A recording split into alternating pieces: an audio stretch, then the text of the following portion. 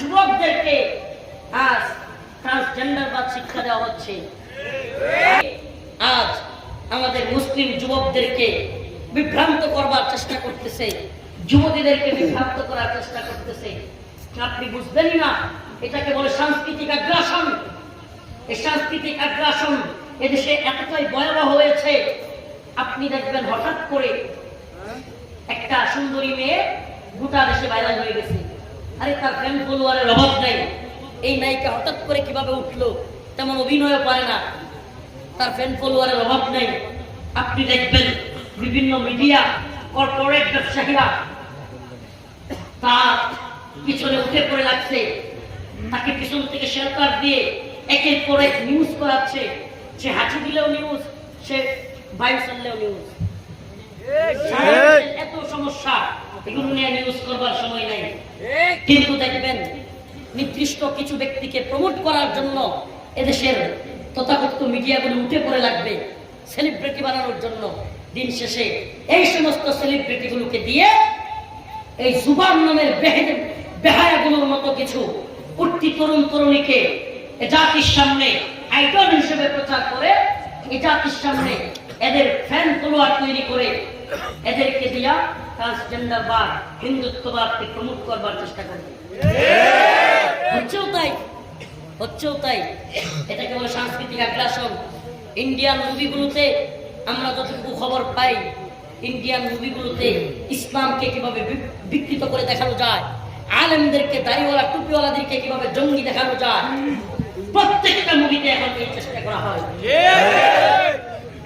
বাংলাদেশেও আপনি দেখেছেন যত রাজাকারের অভিনেতা আছে, অভিনয় আছে, একেবারে সেই মুক্তিযুদ্ধের পর থেকে সকল অভিনয়ের মধ্যে রাজাকারের অভিনয় দেওয়া হয় একটা দাড়িওয়ালা আর টুপিওয়ালা। দাড়িওয়ালা আর টুপিওয়ালারাই নাকি রাজাকার। এই যে সাংস্কৃতিক আগ্রাসন, এগুলোর বিরুদ্ধে আমাদেরকে কথা বলতে হবে, প্রতিবাদ করতে হবে।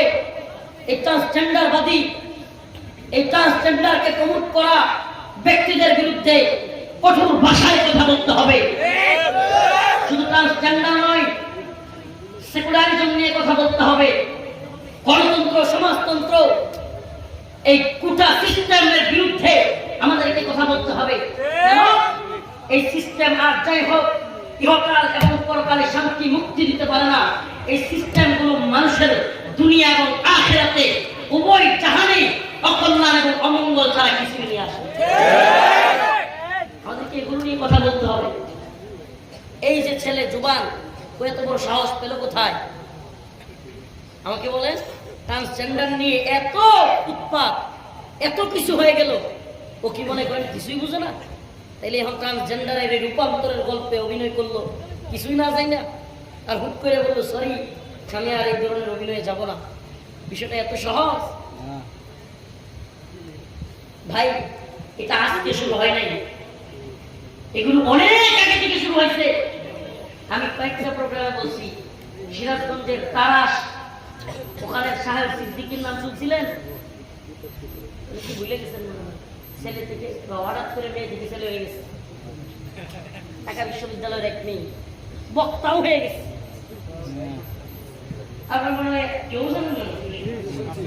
সিরাজগঞ্জের মেয়ে কি হয়ে গেছে? ছেলে হয়ে গেছে। আচ্ছা, মেয়ে ছেলে হয়ে গেছে বুঝলাম, বিজ্ঞান বলে হরমোনের কারণে একটু চেঞ্জ এদিক সেদিক হওয়া সম্ভব। আচ্ছা মানলাম। আচ্ছা তাই বলে মেয়ে যদি ছেলে হয়ে যায়, তারা কি ওয়াজের মন চাই না বসে দিতে হবে? আপনি আমি তো সেটাই করি নাই। আর ট্রান্সজেন্ডারকে যারা প্রমোট করতে চায়, গোপনে যারা কাজ করতে চায়, এরাও নয় অবাক হয়ে গেছে।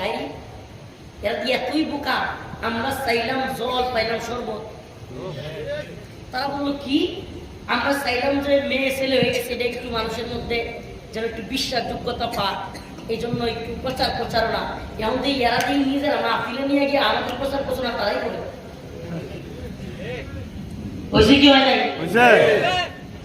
মেয়ে ছেলে হয়ে গিয়েছে, আমরাই ট্রান্সজেন্ডারবাদকে প্রমোট করেছি।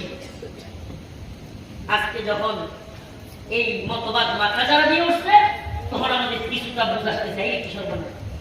কিন্তু এরা তো এক দুই দিনের প্ল্যান করে না, এত দীর্ঘমেয়াদী প্ল্যান করে।